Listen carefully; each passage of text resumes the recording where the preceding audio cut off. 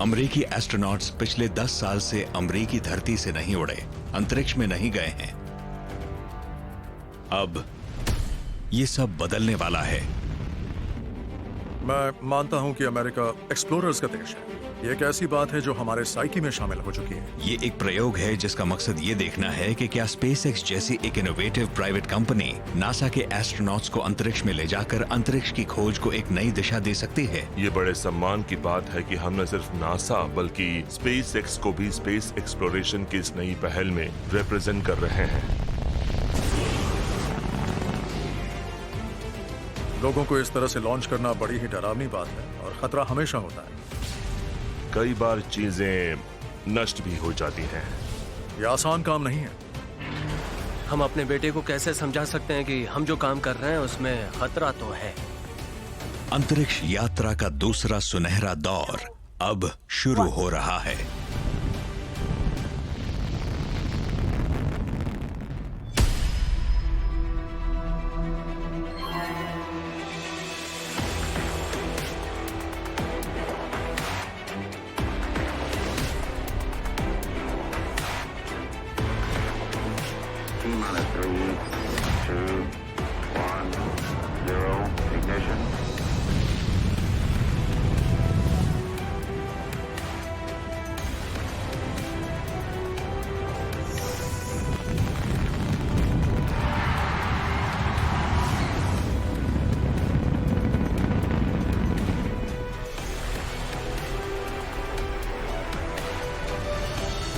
NASA and SpaceX Journey to the Future.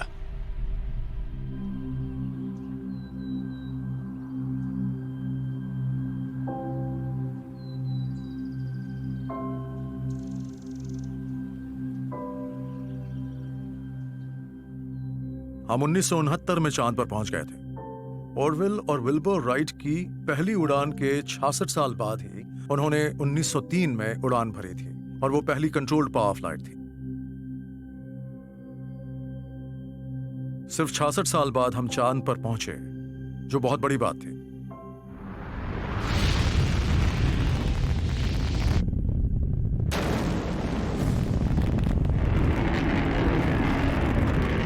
हालांकि ऐसा बहुत ही कम लोग कर पाए हैं, पर उस वक्त ऐसा लगा जैसे हम सभी चांद पर पहुंच गए, मानो मानवता चांद पर पहुंच गई। यह मानव सभ्यता के लिए एक बहुत ही बड़ी कामयाबी थी।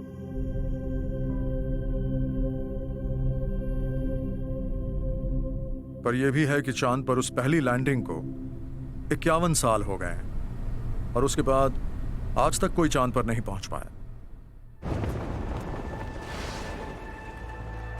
अपोलो युग कामयाबी के साथ खत्म हुआ और नासा को अब अपने नए प्रोग्राम से भविष्य में काफी उम्मीदें थीं, यानी स्पेस शटल से।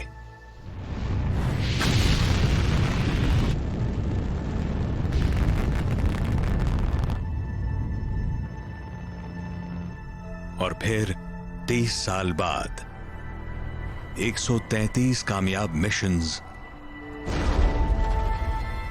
और 2 भयानक हादसों के बाद जाहिर है कोई बड़ी खराबी थी। स्पेस शटल प्रोग्राम 2011 में बंद हो गया। स्पेस शटल अब अपने पोर्ट में जा रहा है आखिरी बार। लगने लगा कि नासा अब कभी लोगों को अंतरिक्ष की सैर नहीं करवा पाएगा। वो रूस के सोयूज रॉकेट्स की मदद से एस्ट्रोनॉट्स को स्पेस स्टेशन पर भेज रहा था। अगर आप 1969 में लोगों से पूछते तो वो कहते 2020 तक हम प्लूटो पर होटल बना लेंगे। लेकिन आज 2020 में हम ये जानते हैं कि अमेरिका अपनी धरती से पिछले 9 सालों में किसी को अंतरिक्ष में नहीं भेज पाया। तो इसलिए हम टेक्नोलॉजी डेवलपमेंट के मामले में लापरवाह नहीं हो सकते।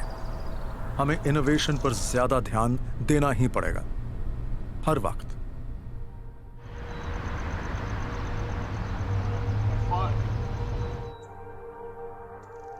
आठ साल बाद नासा के प्रमुख एडमिनिस्ट्रेटर जिम ब्राइडेनस्टाइन भविष्य की अंतरिक्ष यात्रा के बारे में एक जरूरी ऐलान करने के लिए वॉशिंगटन डीसी पहुंचे। कैसे आप? मिलकर खुशी हुई। सब ठीक है ना? बढ़िया।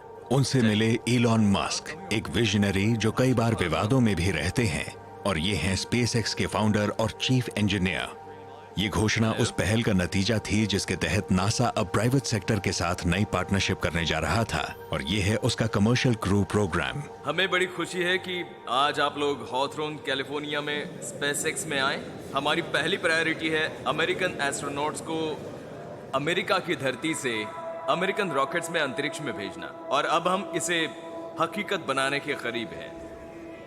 आजकल लोगों की सोच में कुछ ज्यादा ही नेगेटिविटी नजर आती है। ऐसे में अगर कुछ अच्छा होता है तो ये पूरे देश को ही नहीं, पूरी दुनिया को ही जोड़ेगा, और उस दिशा में अंतरिक्ष की तरफ बढ़ना एक अहम कदम है।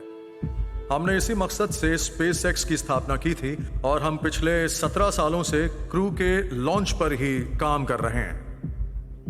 Journalist Christian Davenport Washington post के लिए डिफेंस और स्पेस कवर करते हैं। वो 2010 में शुरू हुए कमर्शियल क्रू प्रोग्राम की शुरुआत से ही इन खबरों को सुर्खियों में छाप रहे हैं।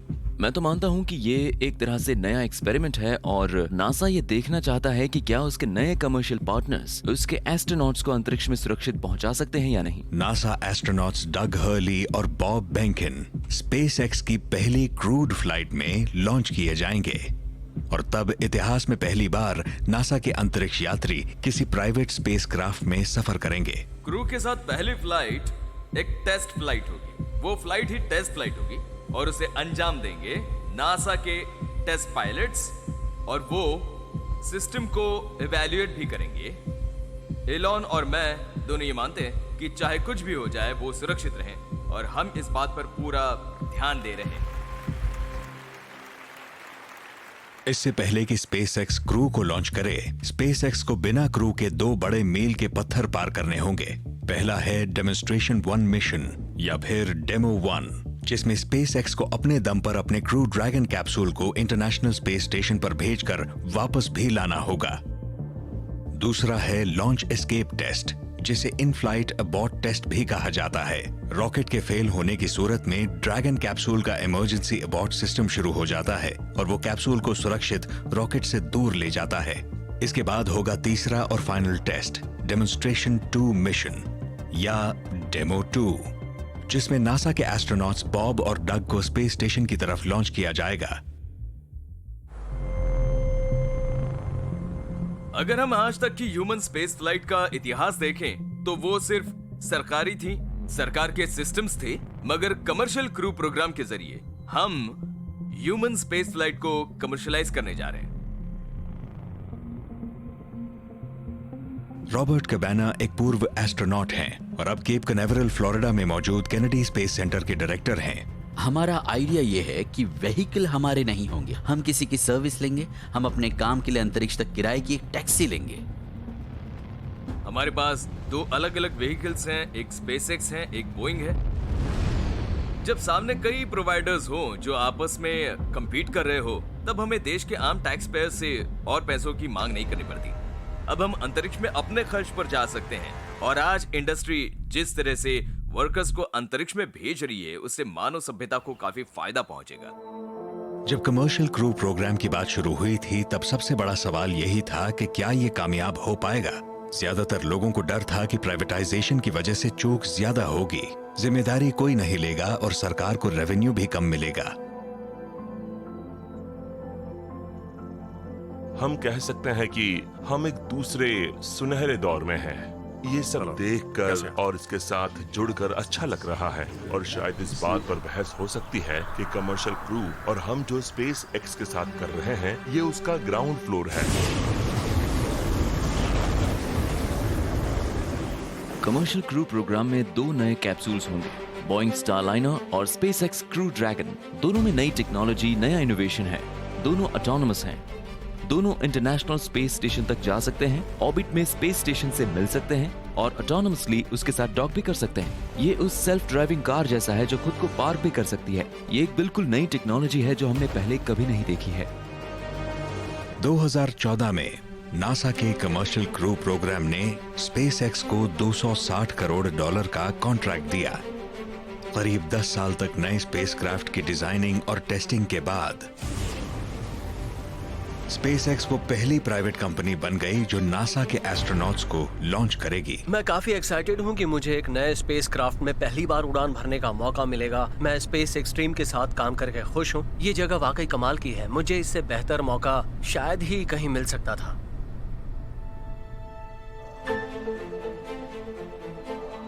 स्पेसएक्स एक बड़ी ही एम्बिशियस कंपनी है जिसकी शुरुआत 2002 में टेक एंटरप्रेन्योर इलॉन मस्क ने मार्स को कॉलोनाइज करने के मकसद से की थी।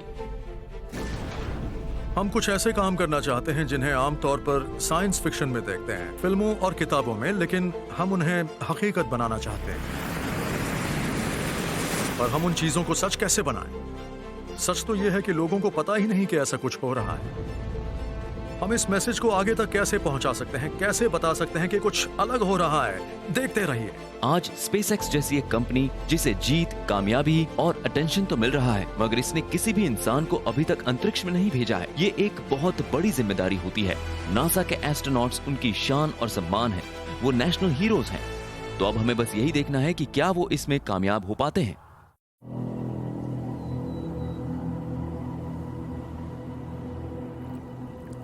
आज के लॉन्च के साथ क्रू ड्रैगन डेमो 1 मिशन की शुरुआत होगी। ये स्पेसएक्स के लिए अभी तक का सबसे चैलेंजिंग माइलस्टोन है। इंटरनेशनल स्पेस स्टेशन तक 5 दिन का अनक्रूड सफर और फिर वहां से वापसी। इससे पहले कि बोइंग और स्पेसएक्स उनके एस्ट्रोनॉट्स को ले जाएं, इन कंपनीज को पहले एक फ्लाइट टेस्ट करना होगा जिसमें स्पेसक्राफ्ट के अंदर क्रू नहीं होता है। इससे ये साबित हो जाएगा कि ये कंपनीज अपने कैप्सूल्स को स्पेस स्टेशन तक भेजकर वहां से सुरक्षित वापस भी आ सकती हैं।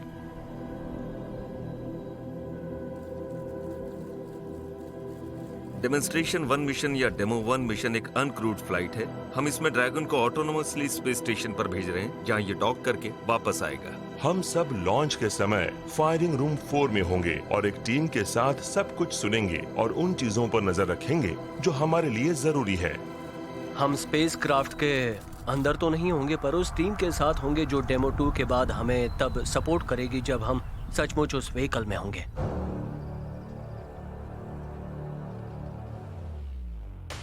ये स्पेसएक्स के नए क्रू ड्रैगन कैप्सूल की पहली फ्लाइट है जो एक दिन अंतरिक्ष यात्रियों को लेकर जाएगा। ये स्पेसएक्स के फैल्कन 9 रॉकेट के ऊपर लगा है। ये 16 फुट लंबा है और इसका डायमीटर 13 फुट है और ये 7 लोगों को ले जा सकता है। इस मिशन के दौरान उन सभी सिस्टम्स की जांच की जाएगी जो अंतरिक्ष के वैक्यूम में पैसेंजर्स को जिंदा रखेंगे। हमने अपने व्हीकल सिस्टम्स की डिजाइनिंग और टेस्टिंग पर कई साल लगाए हैं। अब बस इसके रिजल्ट्स का इंतजार है। हम व्हीकल को उड़ाएंगे, रॉकेट और स्पेसक्राफ्ट के इंटरफेसेस को टेस्ट करेंगे और ध्यान रखेंगे वो उसी तरह से काम करे जैसी उनसे उम्मीद की गई है। ड्रैगन और फाल्कन पर हमने इतने टेस्ट्स किए हैं कि उनकी कल्पना करना भी बहुत मुश्किल है। सच कहूं तो हमने किसी न किसी तरह से लाखों टेस्ट जरूर किए होंगे। अब सब कुछ इस मिशन की कामयाबी पर ही निर्भर है, क्योंकि अगर ये नाकाम रहा तो स्पेसएक्स को नासा के एस्ट्रोनॉट्स को इंटरनेशनल स्पेस स्टेशन पर लॉन्च करने के पहले फिर से नए सिरे से काम करना होगा। कामयाबी की एक कड़ी है कि देश भर में नासा और स्पेसएक्स के लोग किस तरह से आपस में तालमेल बनाकर काम करते हैं। ड्रैगन कैप्सूल पर नजर रखी जाएगी हॉथॉर्न कैलिफोर्निया में मौजूद स्पेसएक्स के मिशन कंट्रोल से। इंटरनेशनल स्पेस स्टेशन पर ह्यूस्टन से नासा निगरानी करेगा। फैल्कन रॉकेट को लॉन्च करेगा स्पेसएक्स फ्लोरिडा में मौजूद केनेडी स्पेस सेंटर के फायरिंग रूम 4 से। नासा के एडमिनिस्ट्रेटर जिम ब्राइडेनस्टाइन भारी भीड़ के साथ इस ऐतिहासिक लॉन्च का इंतजार कर रहे हैं। मैं ये देखकर हैरान हूं कि एक अनक्रूड टेस्ट फ्लाइट में भी लोग इतनी दिलचस्पी ले रहे हैं। मैंने स्पेस शटल्स के बाद ऐसा पहली बार देखा है। आज का दिन कमाल का है। Go for launch. Cape Canaveral Florida के केनेडी स्पेस सेंटर से स्पेसएक्स और नासा कुछ ही सेकंड में स्पेसएक्स के नए क्रू ड्रैगन कैप्सूल की ऐतिहासिक पहली टेस्ट फ्लाइट शुरू करेंगे। 5, 4, 3, 2, 1, 0 ignition lift off।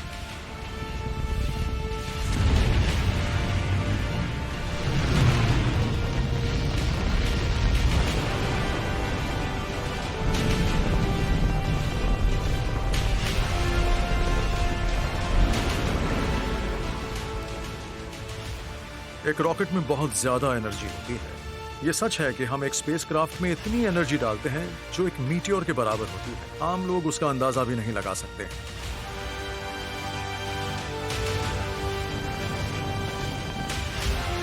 Stage 1 ready. Power and telemetry normal.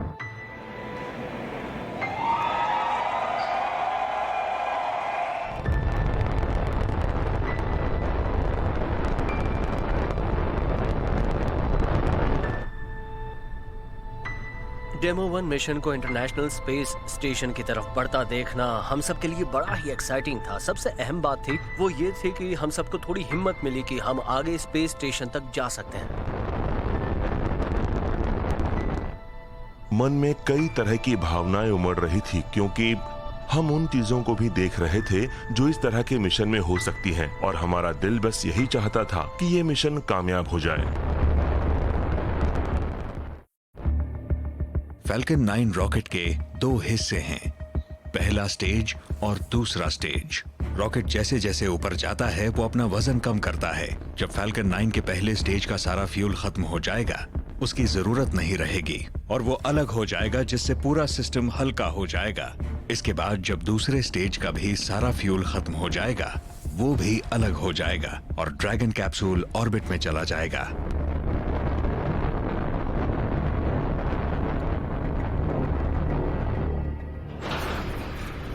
Stage separation confirmed. Falcon 9 का फर्स्ट स्टेज अब फैल्कन 9 के सेकंड स्टेज से अलग हो रहा है।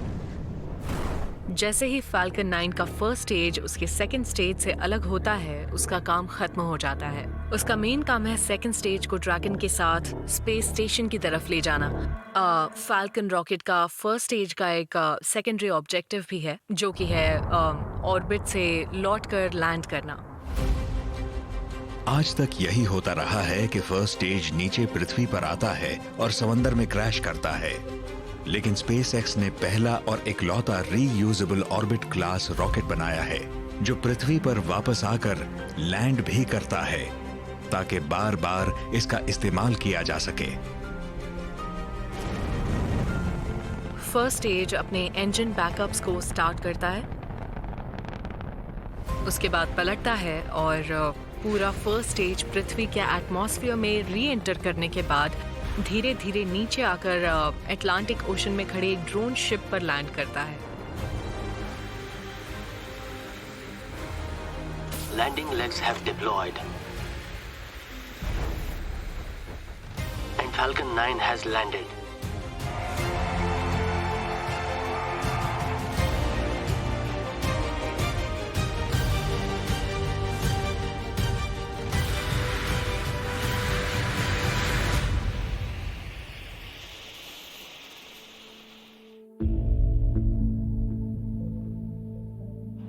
फर्स्ट स्टेज का सेपरेशन पूरा होने के बाद second stage crew Dragon capsule को ऑर्बिट की तरफ प्रोपेल कर देगा। सेकेंड स्टेज अपना इंजन चला रहा है और वो ड्रैगन स्पेसक्राफ्ट को ऑर्बिट में ले जा रहा है। जैसे ही सेकेंड स्टेज ड्रैगन को ऑर्बिट में पहुंचा देगा वो भी ड्रैगन से अलग होकर दूर चला जाएगा। ये बड़े अहम पल हैं। सेकेंड स्टेज का ड्रैगन कैप्सूल से अलग होना इस लॉन्च सीक्वेंस का आखिरी चरण है। Dragon separation confirmed.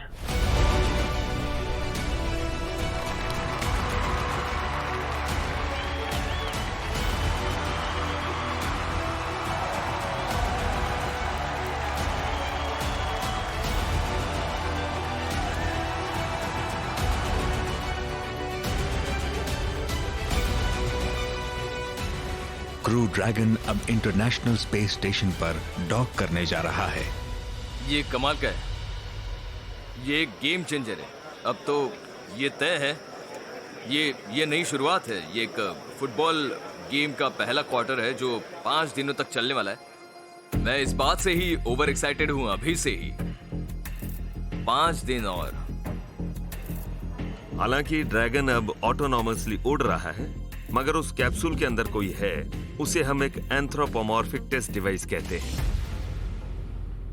इस अनक्रूड लॉन्च के पैसेंजर का नाम रिप्ली है उसके अंदर लगे हैं वायर्स और सेंसर्स जिनसे हमें पता लगेगा कि वो क्या महसूस कर रही थी। इस लॉन्च के दौरान वो कई अलग अलग जी फोर्सेस का अनुभव करेंगी, जिससे हम इस बात का ध्यान रख पाएंगे कि वो भविष्य के क्रूड मिशंस में सुरक्षित हों। हम अभी सिर्फ अंदाजा लगा सकते हैं कि क्या हो सकता है, मगर हम 100% श्योर होना चाहते हैं कि हमने जो प्रेडिक्शंस किए थे वो उस फ्लाइट में सही हों जिसमें वो गई हैं। सबसे जरूरी है ये देखना कि वो जीज उसके शरीर में किस दिशा में जा रहे हैं। हमारी कोशिश है कि सारे जीज सीने से गुजरें, क्योंकि वहाँ सहन शक्ति ज्यादा होती है।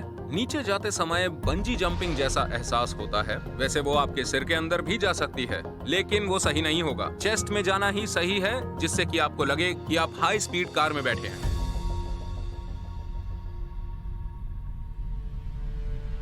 रैंडवू सबसे मुश्किल काम होता है, क्योंकि इसमें स्पेसक्राफ्ट को लॉन्च व्हीकल अंतरिक्ष में जहां छोड़ता है, वहां से वो इंटरनेशनल स्पेस स्टेशन तक डॉकिंग के लिए जाता है।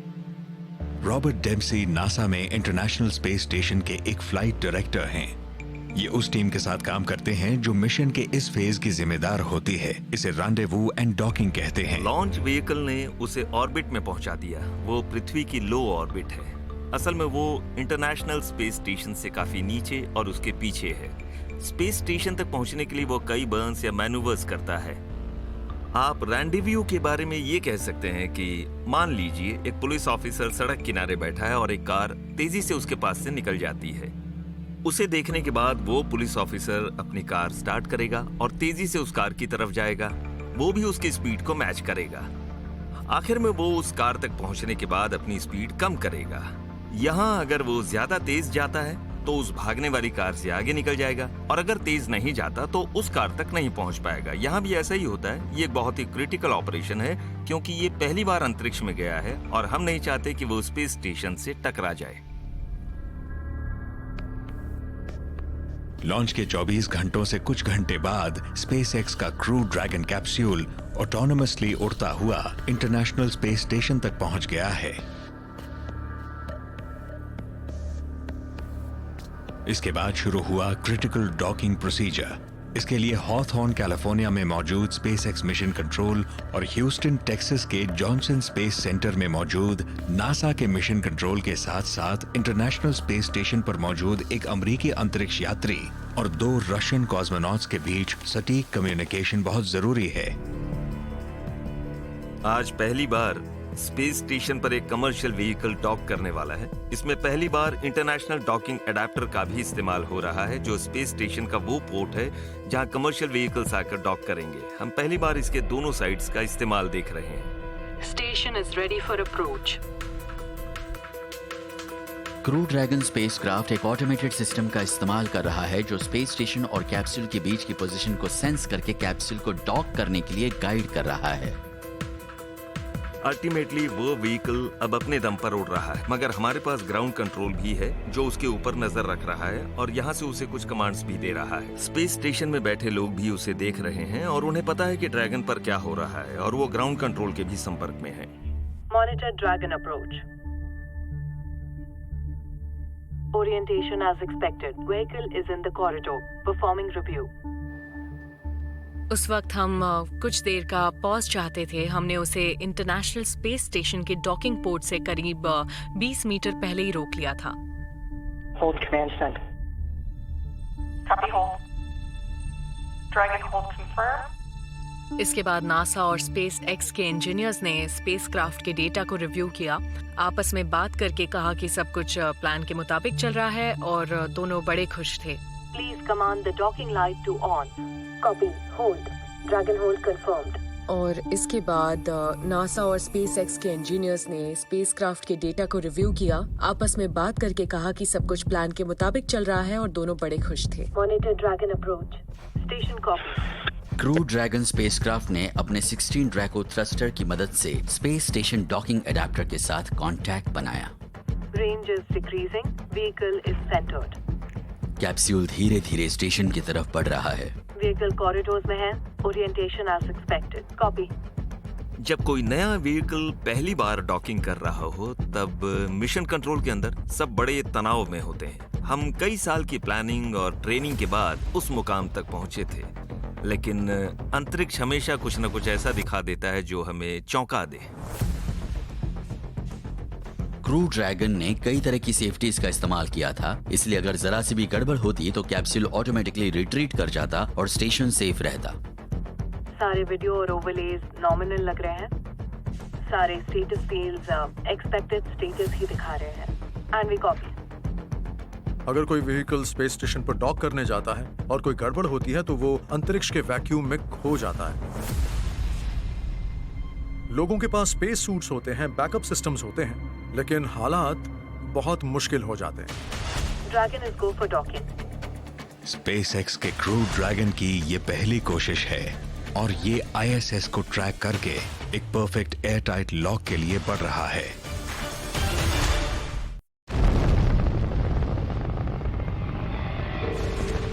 अंतरिक्ष में कामयाबी से लॉन्च होने और फैल्कन 9 रॉकेट से अलग होने के बाद स्पेसएक्स हेडक्वार्टर्स और नासा मिशन कंट्रोल की टीम्स की नजरें अब क्रू ड्रैगन कैप्सूल पर टिकी हुई हैं, क्योंकि अब वो सबसे मुश्किल टेस्ट देने वाला है। वो पहली बार इंटरनेशनल स्पेस स्टेशन पर डॉकिंग करने जा रहा है। सब कुछ उम्मीद के मुताबिक ही हो, इसके लिए उसकी मॉनिटरिंग कर रहे हैं ताकि कहीं कोई गड़बड़ ना हो। ड्रैगन अप्रोच कर रहा है और डॉकिंग के लिए जा रहा है। स्टेशन क्रू डॉकिंग के लिए तैयार है। पहली बार किसी कमर्शियल व्हीकल ने स्पेस स्टेशन पर ऑटोनोमसली डॉक किया है। Vehicle mode is approach to docking port.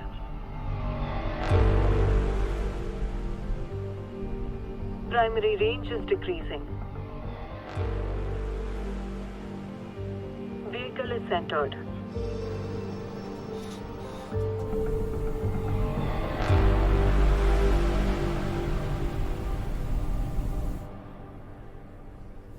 Docking complete.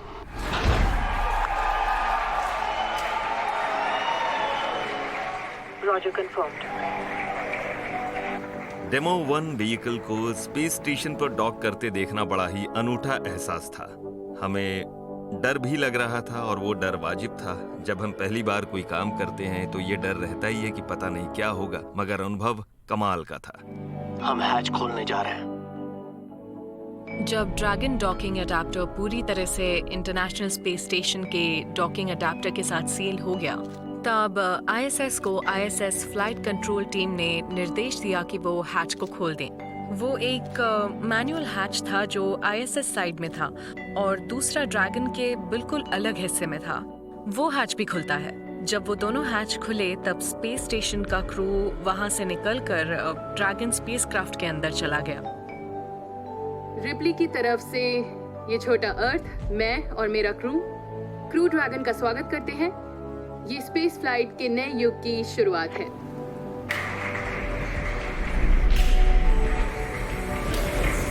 उस अनक्रूड मिशन के दौरान ड्रैगन स्पेस स्टेशन पर 5 दिन तक डॉक्ड रहा। इस वजह से ग्राउंड टीम को व्हीकल की परफॉर्मेंस को ऑब्जर्व और मॉनिटर करने का मौका मिल गया और इंटरनेशनल स्पेस स्टेशन के क्रू को व्हीकल पर जाकर यह देखने का कि वो स्पेस स्टेशन के साथ कैसे इंटरैक्ट कर सकता है।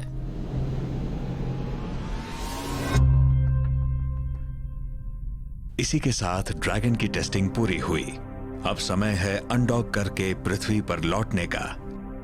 उस वक्त इंटरनेशनल स्पेस स्टेशन का क्रू उन स्टेप्स को रिवर्स करता है जो उसने ड्रैगन के आने पर लिए थे। मतलब वो पहले ड्रैगन के हैच को बंद करता है और फिर इंटरनेशनल स्पेस स्टेशन का हैच भी बंद कर देता है। ग्राउंड कंट्रोल टीम ने ड्रैगन को स्पेस स्टेशन से अनडॉक करने का कमांड भेजा।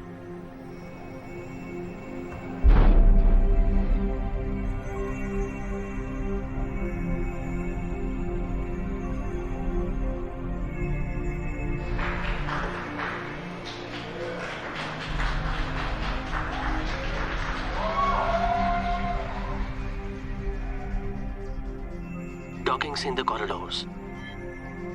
ड्रैगन को स्पेस स्टेशन से अलग होकर पृथ्वी पर लौटने और अटलांटिक ओशन में स्प्लैश डाउन करने में 6 घंटे लगेंगे। मिशन तब तक पूरा नहीं होगा जब तक एस्ट्रोनॉट्स सुरक्षित पृथ्वी पर नहीं पहुंच जाते। तब तक हम राहत की सांस नहीं ले सकते और ना ही इस मिशन को कामयाब कह सकते हैं।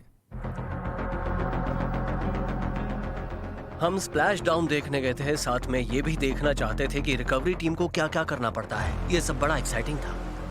रिकवरी टीम तैयार थी और ड्रैगन को पानी के बाहर लाने का इंतजार कर रही थी। 16 ड्रैको थ्रस्टर ही व्हीकल को सही दिशा में ले जाते हैं। वो व्हीकल की स्पीड को इतना कम कर देते हैं कि वो ऑर्बिट से बाहर आकर एटमॉस्फेयर में री एंटर करने लगता है। ऐसे मिशन में री एंट्री सबसे खतरनाक पल होता है। एक बार शुरू होने के बाद री एंट्री को रोका नहीं जा सकता। स्पेसएक्स और नासा क्रूज इंतजार कर रहे हैं और कामयाबी की दुआ मांग रहे हैं।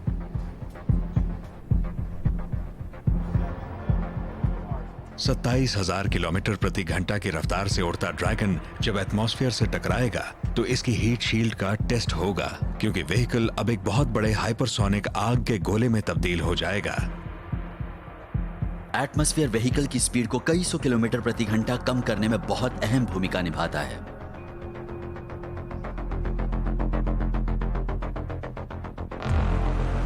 ड्रैगन स्पेसक्राफ्ट सबसोनिक हो चुका है। हीट शील्ड भी टेस्ट में पास हो गई और अब ड्रैगन आवाज की रफ्तार से कम रफ्तार पर उतर रहा है। अब इसके पैराशूट्स खोले जा सकते हैं, जो री एंट्री का फाइनल स्टेप होता है। पैराशूट्स दिखते नहीं पर बड़े सख्त होते हैं। अगर आप आज अपोलो प्रोग्राम देखें तो कई लोगों ने सख्त पैराशूट्स की वजह से प्रोग्राम छोड़ दिया था। स्पेसएक्स में भी बहुत से लोग कहते हैं कि पैराशूट्स काफी सख्त थे। जब कैप्सूल सही ऊंचाई पर पहुंच जाता है तब हम ड्रोग पैराशूट्स को डिप्लॉय करते हैं।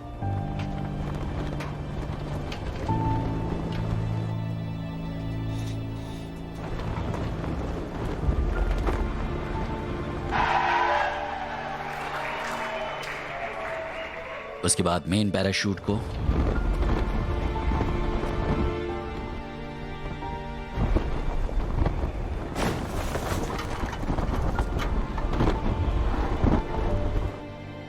वो स्प्लैश डाउन के पहले व्हीकल की स्पीड बहुत कम कर देते हैं।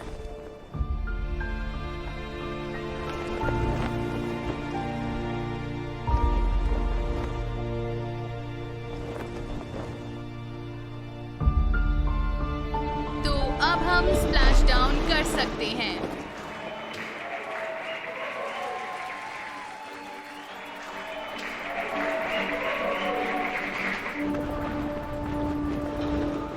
वहाँ एक फास्ट बोट पर सवार कुछ लोगों की एक टीम है जो तैयार रहती है, जो स्पेसक्राफ्ट को रस्सी से बांधकर उसे रिकवरी बोट पर ले आती है। रिकवरी बोट में एक क्रेन है जिसने ड्रैगन को पानी के बाहर निकालकर बोट के डेक पर रख दिया। इस पूरे सिस्टम में सिर्फ स्पेसक्राफ्ट नहीं होता है, उसमें वो लोग भी होते हैं जो कई टीम्स में रहकर ऑपरेट करते हैं। हमने सबसे अहम बात ये सीखी कि हम क्रू को किस तरह से सुरक्षित रख सकते हैं। अंतरिक्ष के इस पूरे सफर के दौरान उन्हें कैसे कंफर्टेबल रख सकते हैं। इससे न सिर्फ मेरा और बॉब का कॉन्फिडेंस बढ़ा है, बल्कि टीम को यह विश्वास हो गया है कि हम क्रूड व्हीकल के साथ भी कर सकते हैं। जब ये काम पूरी कामयाबी के साथ पूरा हो गया तब हम सभी का एक्साइटमेंट बढ़ गया था, क्योंकि अब था हमारे सामने पहला क्रूड मिशन डेमो 2।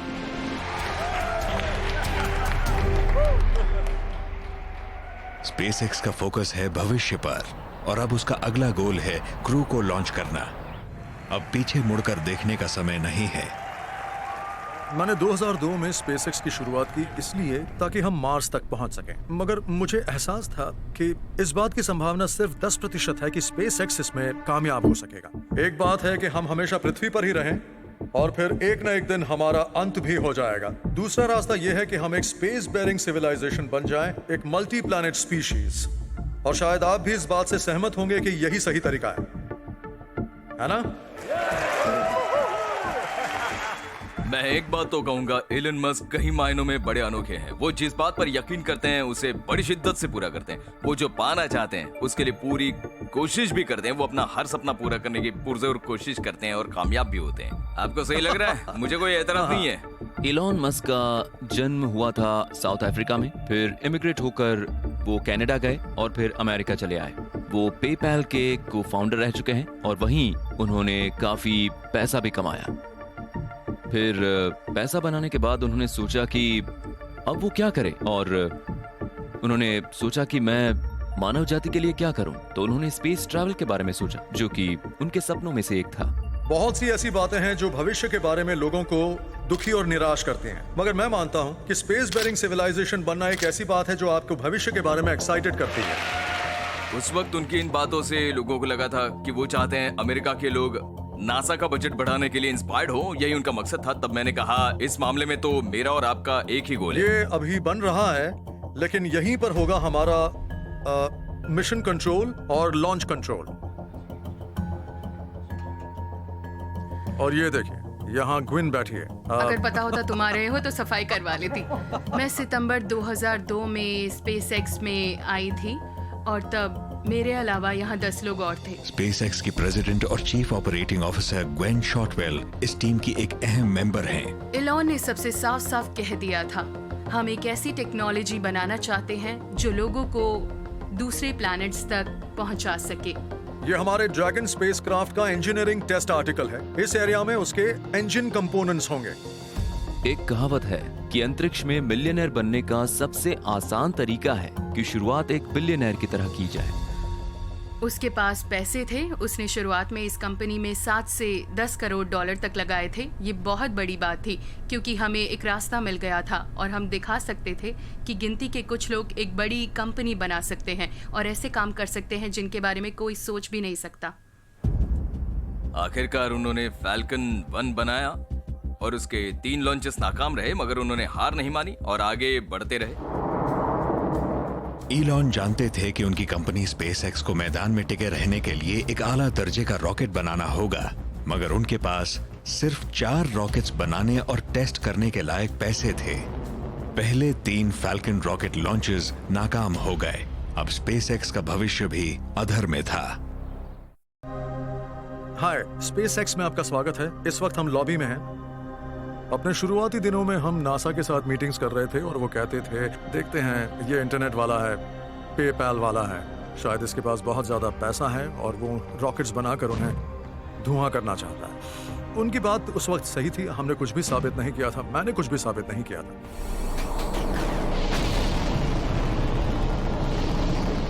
बिल्कुल शुरुआती दिनों में जब स्पेसएक्स ऑर्बिट में पहुंचने की कोशिश कर रहा था, तब उसके पास एक ही रॉकेट था, फैल्कन 1। उसे उसने 3 बार लॉन्च किया और तीनों बार नाकामी मिली। अब उसके पास सिर्फ एक मौका था, फैल्कन 1 की चौथी उड़ान।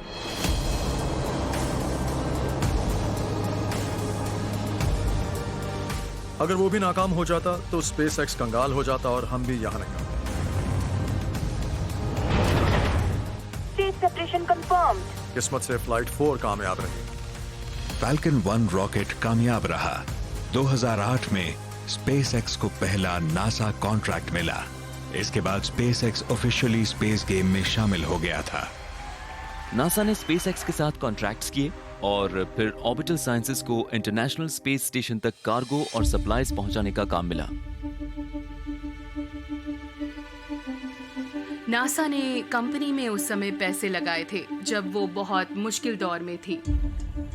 मेरे पीछे वो जगह है जहां लॉन्च के दौरान फैल्कन 9 फिट होगा। अगले कुछ महीनों में यहां एक और बड़ा बदलाव आने वाला है। हम यहां एक और लॉन्च माउंट बनाने जा रहे हैं।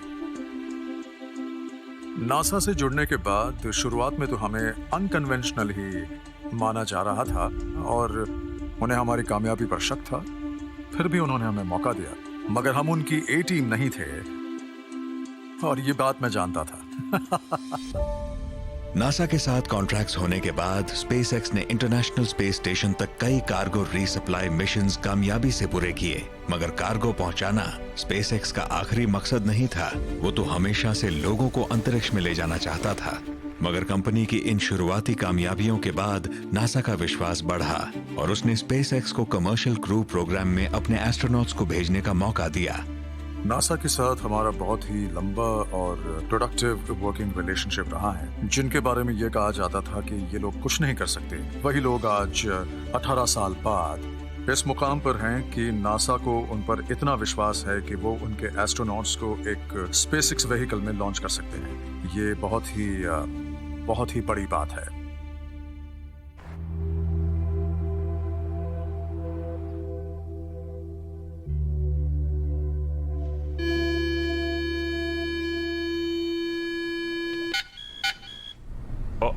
हाँ, आपको क्या लगता है? ये आपको चिढ़ाने के लिए ऐसा है। लग रहा है कि वहाँ से 3 स्टूडेंट्स निकल रहे हैं। लग रहा है जैसे सीधे मुझे तो हमारी ऐसा ही आंखों लगा। में देख रहा हूँ। डग हर्ली और बॉब बेंकन काफी एक्सपीरियंस्ड हैं, उनके पास कई साल का तजुर्बा है, वो दोनों अंतरिक्ष में जा चुके हैं। मैं पहले भी स्पेस शटल से जा चुका हूँ, कई मिशंस पर गया हूँ, स्पेस स्टेशन पर गया हूँ, कई असेंबली और स्पेस वॉक्स भी किए हैं। बॉब हेलो कह रहे हैं। मैं लास्ट शटल फ्लाइट STS-135 में गया था। उसके पहले STS-127 में भी गया था, जो एक असेंबली फ्लाइट थी। हम बड़े पुराने दोस्त हैं। 2000 में हम एक ही एस्ट्रोनॉट क्लास में थे, इसलिए हमारा साथ 20 साल पुराना है। और अब बहुत से लोग हमें सीनियर एस्ट्रोनॉट्स भी कहते हैं, जो बूढ़े शेर।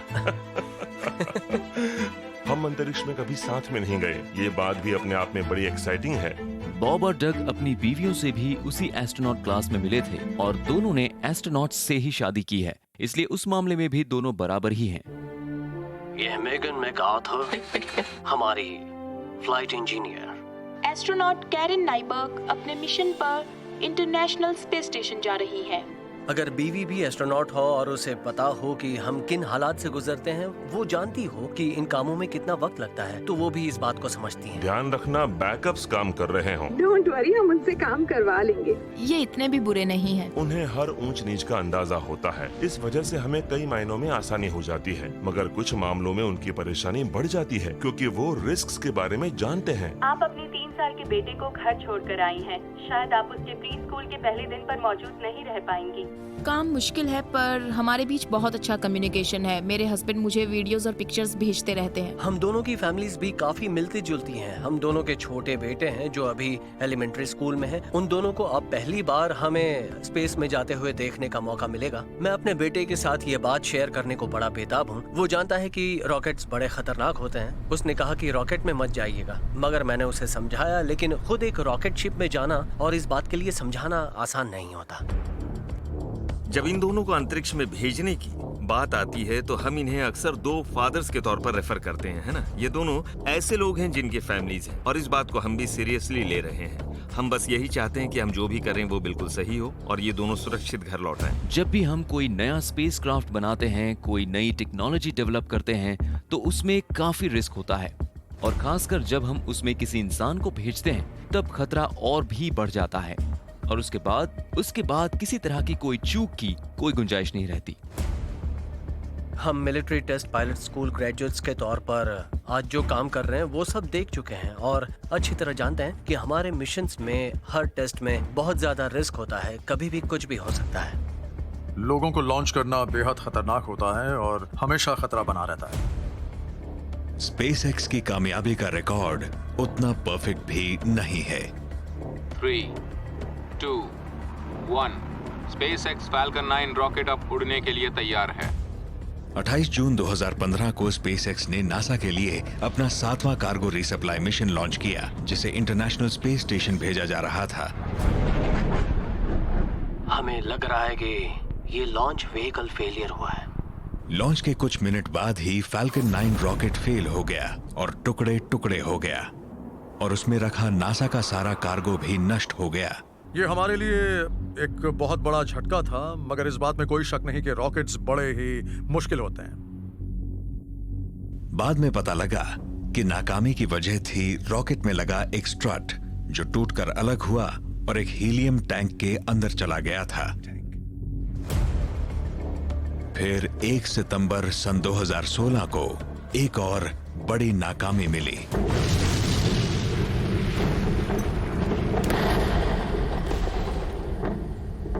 एक स्पेसएक्स फैल्कन 9 रॉकेट को एक कम्युनिकेशन सैटेलाइट को लॉन्च करना था, मगर वो टेस्ट फायर में ही नष्ट हो गया। ये भी टेस्टिंग का हिस्सा है। इस तरह की घटनाएं होती हैं और जब व्हीकल के अंदर कोई हो तब हमें इन चीजों को अवॉइड करना चाहिए कि हम नहीं चाहते कि ऐसा कुछ हो, इसलिए हम टेस्ट करते हैं और स्पेसएक्स हर चीज को उसकी पूरी कैपेबिलिटी पर टेस्ट करता है, इसलिए कई बार नाकामी भी मिलती है। इनमें से किसी भी मिशन में कोई इंसान नहीं जा रहा था, इसीलिए स्पेसएक्स की अगली नाकामी उसके लिए बड़ी मुसीबत खड़ी कर सकती थी। हमने उस टेस्ट स्टैंड में कुछ गड़बड़ देखी जहां हमारा क्रू ड्रैगन व्हीकल था और अनक्रूड टेस्ट फ्लाइट में विस्फोट हुआ था। इंजन्स के टेस्ट फायर के दौरान वो ड्रैगन कैप्सूल पूरी तरह से नष्ट हो गया जिसका इस्तेमाल डेमो 1 मिशन में कामयाबी से किया गया था। उस ड्रैगन कैप्सूल का पूरी तरह से नष्ट होना यकीनन उनके लिए एक बहुत बड़ा झटका था और उसके बाद कई और सवाल भी उठने लगे। ड्रैगन कैप्सूल के नष्ट होने के बाद मन में तरह तरह की बातें आने लगी थी। सबसे पहला सवाल आपके परिवार और दोस्तों की तरफ से होता है, क्या ये वही व्हीकल था जिसमें तुम जाने वाले थे? हम अपने बेटे को ये बात कैसे समझाते कि हम जो काम कर रहे हैं उसमें रिस्क तो है ही, मगर हमें ये भी करना पड़ता है। इसके बाद तो नासा के अंदर भी सवाल उठने शुरू हो गए थे कि क्या यह एक्सपेरिमेंट वाकई कामयाब हो पाएगा।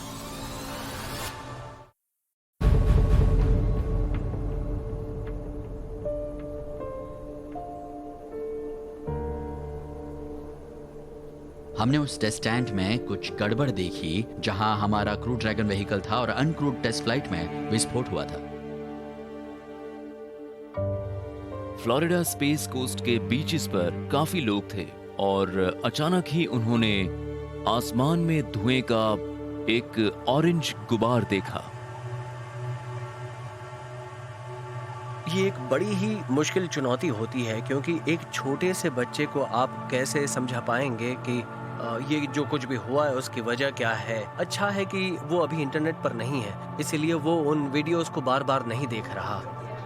मगर हम उसे फ्लोरिडा ले गए और उसे रॉकेट लॉन्च भी दिखाया।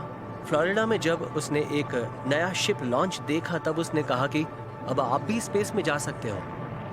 मुझे भी ये तरीका सही लग रहा है क्योंकि इस तरह से हम न सिर्फ अपनी फैमिली के लिए बल्कि अपनी टीम के लिए भी रीइंफोर्सिंग कर सकते हैं। हमें लगा कि हमें अपनी टीम को भी बैकअप के लिए तैयार रखना चाहिए, खासकर फ्लोरिडा की टीम को, क्योंकि उन्होंने इस मामले को बहुत सीरियसली लिया था।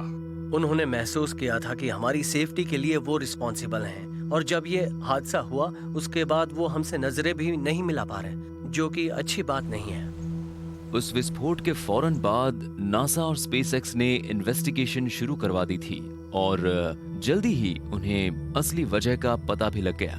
स्पेसएक्स की तहकीकात से ये बात सामने आई थी कि उस विस्फोट की वजह थी हाई प्रेशर पर एक फ्लूइड और व्हीकल के अंदर लगे एक टाइटेनियम कंपोनेंट के बीच अचानक हुआ एक रिएक्शन।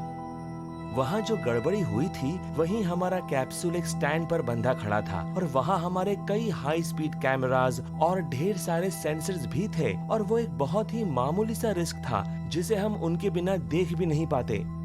इंजीनियरिंग के लिहाज से ये असल में कामयाबी थी। हमें एक नए फेलियर का पता लगा था और अब हम सिर्फ अपने व्हीकल को नहीं बल्कि पूरे इंडस्ट्री को ज्यादा सुरक्षित बना सकते हैं। मुझे स्पेसएक्स टीम पर नाज है। सच कहूं तो मैंने अभी एक ड्रैगन इंजीनियरिंग रिव्यू देखा है और हमने हर तरह के रिस्क्स की एक डिटेल्ड लिस्ट बनाई है और इस लिहाज से ड्रैगन इंजीनियरिंग टीम ने बहुत उम्दा काम किया है। हम नासा के साथ मिलकर काम कर रहे हैं और न सिर्फ चीजों को डबल चेक कर रहे हैं बल्कि इस बात का पूरा ध्यान रख रहे हैं कि वो ज्यादा से ज्यादा रिलायबल और सेफ हो। एक टेस्ट पायलट आखिर एक स्पेसशिप में फर्स्ट फ्लाइट की तैयारी कैसे कर सकता है, यह एक बहुत बड़ा सवाल है क्योंकि हमने पिछली बार ऐसा एक ऑर्बिटल व्हीकल में किया था। जॉन यंग और बॉब क्रिपर ने किया था। काफी टाइम हो गया। मन में अक्सर ये सवाल उठता है कि अगर सब कुछ वैसा नहीं हुआ जैसे हमने प्लान किया है तो हम तैयारी कैसे करेंगे। इसलिए इस पहली हर कड़ी को ढूंढने की कोशिश करते हैं ताकि अपने पहले प्लान और बैकअप प्लान को समझ सकें। नासा और स्पेसएक्स को हर संभावित समस्याओं के लिए तैयार रहना होगा। अगर पैड पर ऐसा कुछ होता है तो एस्ट्रोनॉट्स को वहां से जल्दी निकलना होगा। इसीलिए ये इमरजेंसी एस्केप सिस्टम्स पर काम कर रहे हैं। स्पेसएक्स ने लॉन्च पैड 39A पर एक इमरजेंसी इग्रेस एपरेटस बनाया है। अगर फ्यूल लीक होता है या एस्ट्रोनॉट्स को जल्दी से जल्दी लॉन्च टावर से निकलना हो तो उनके लिए यहाँ पर एक बहुत ही बड़ी जिप लाइन बनी है। जमीन से 265 फुट ऊपर स्लाइड वायर बास्केट अंतरिक्ष यात्रियों को 30 सेकंड के अंदर लॉन्च पैड से करीब 1200 फुट दूर नीचे जमीन पर पहुंचा देती है।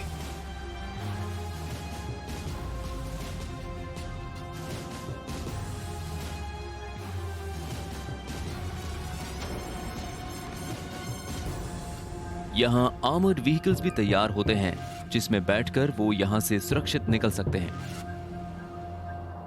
सिर्फ लॉन्च पैड पर ही एस्ट्रोनॉट्स को खतरा नहीं होता है। अगर समंदर उफन रहा हो और तूफान आया हो और कैप्सूल को समंदर में स्प्लैश डाउन करना हो, तो ऐसे में बेहद मुश्किल रेस्क्यू करना पड़ता है। वाटर इग्रेस टेस्ट में हम नए क्रू मेंबर्स को एक इमरजेंसी सिचुएशन में पानी में तैरते कैप्सूल से निकालने की प्रैक्टिस करते हैं। जिस किसी ने भी डीप सी फिशिंग ट्रिप की होगी उसे पता होगा कि पानी में लैंडिंग के बाद लोग बहुत जल्दी सी सिक हो जाते हैं, भले ही वो स्पेस में नहीं गए हो। इसलिए पानी में लैंड करना फिजियोलॉजिकली भी एक बड़ा चैलेंज होता है। इसलिए हम देखेंगे किस तरह रिएक्ट करते हैं। जब एस्ट्रोनॉट्स अंतरिक्ष से वापस आते हैं वो पानी में लैंड करते हैं।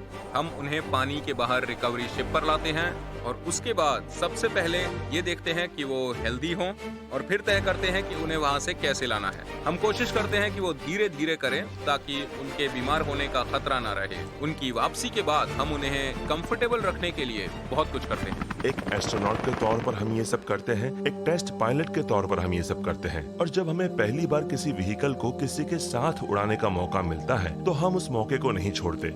जब हम टेस्ट पायलट स्कूल में जाते हैं तब हमें इस तरह की बातों का अंदाजा भी नहीं होता। ऐसा मौका हमें एक पीढ़ी में एक ही बार मिल पाता है।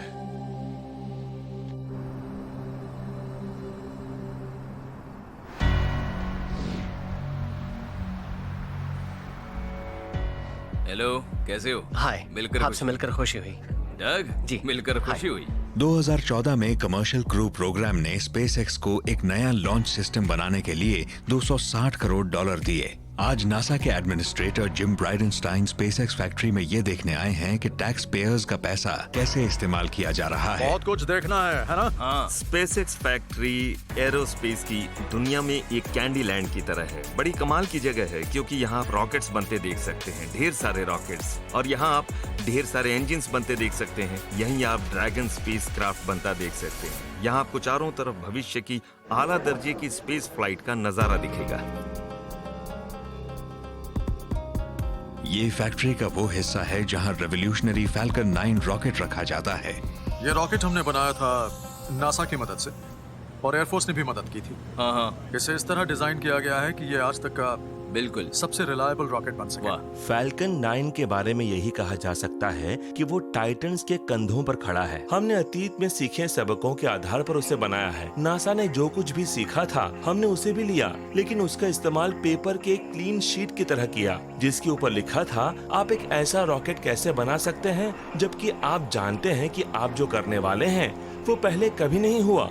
स्पेस फ्लाइट के इतिहास में रॉकेट्स का इस्तेमाल सिर्फ एक बार हुआ था। Lift off of the Atlas V। First stages ऊपर तक गए और स्पेस में अपना पेलोड पहुंचाया। अब स्टेज सेपरेशन हो रहा है।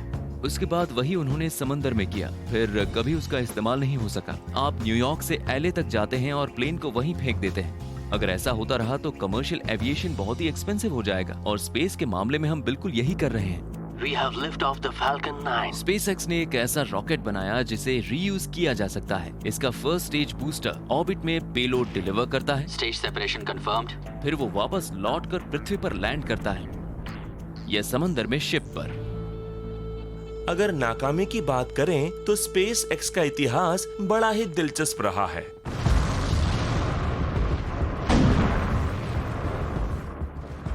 स्पेसएक्स को पता है कि नाकामी कामयाबी के रास्ते में एक बहुत बड़ी बाधा है, और अब ये क्योंकि पहली बार एस्ट्रोनॉट्स को अंतरिक्ष में भेजने की तैयारी कर रहे हैं तो खतरा और भी बढ़ गया है। काम थोड़ा ज्यादा मुश्किल है क्योंकि इसे वापस भी आना है। ये स्टेज काफी जबरदस्त है मगर ये उसे भी पार कर लेगा आसानी से। ओके। स्पेस फ्लाइट और स्पेसएक्स के सपनों को पूरा करने की दिशा में फैल्कन 9 एक बहुत बड़ा कदम है क्योंकि वो मल्टी प्लैनेटरी लाइफ को साकार कर सकता है और खर्च भी काफी कम कर सकता है। सबसे बड़ी कामयाबी तो है फैल्कन का वापस लौट आना, उसका पृथ्वी पर लैंड करना। इस बात में शक नहीं कि ये काम बहुत मुश्किल है। SpaceX में हम डिजाइन और इनोवेशन प्रोसेस के दौरान नाकामी को भी एक्सेप्ट करने को तैयार रहते हैं, और रॉकेट बिजनेस में कई बार नाकामी का मतलब होता है नए क्रेटर्स बनाना। उनसे पृथ्वी पर कहीं न कहीं एक गड्ढा बनता है जिससे धुआं निकलता है। जब भी एक बहुत बड़े आइडिया में जरा सी चूक हो जाती है रॉकेट पृथ्वी से आ टकराता है। टेस्ट फेज में हम शिप के काफी करीब जाएंगे, लेकिन हम साइड से जाएंगे क्योंकि प्रोपेलेंट खत्म हो सकता है।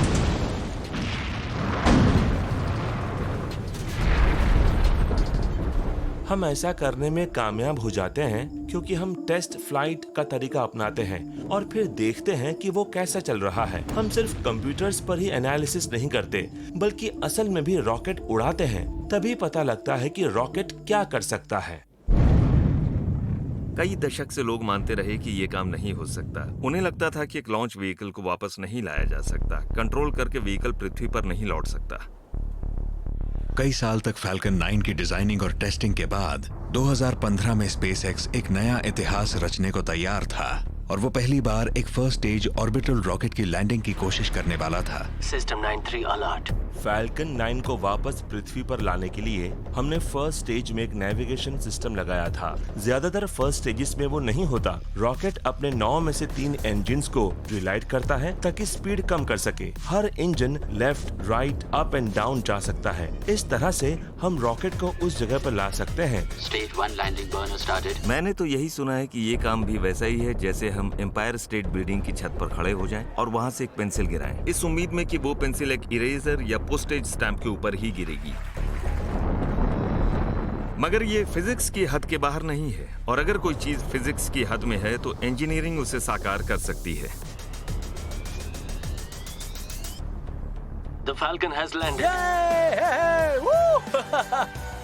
वाह, वो बिल्कुल सही सलामत लैंड हुआ था। अमेजिंग, कमाल हो गया। पुरानी कहावत है, हार कर ही जीत मुमकिन है। अगर आप हार का सामना नहीं कर रहे तो कुछ नया भी नहीं सीख रहे, और फिर आप अपनी काबिलियत का पूरा इस्तेमाल भी नहीं कर पाएंगे।